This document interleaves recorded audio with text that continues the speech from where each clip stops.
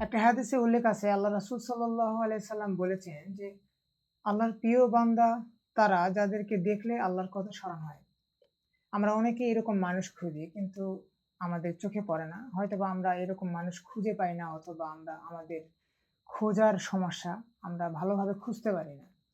সহজ একটা উপায় বলে দিই, এভাবে খোঁজেন। তাহলে আমরা সবসময় আল্লাহর ঐরকম প্রিয় বান্দাদের সাথে থাকতে পারবো। সেটা হচ্ছে যে খুব ভালো একজন লেখক যে আল্লাহ রাসূলের কথা লিখছে, আল্লাহর নবীজি সাল্লাল্লাহু আলাইহি সাল্লামের জীবনী লিখছে, কোরআনের ব্যাখ্যা লিখছে ইবনে কাসির।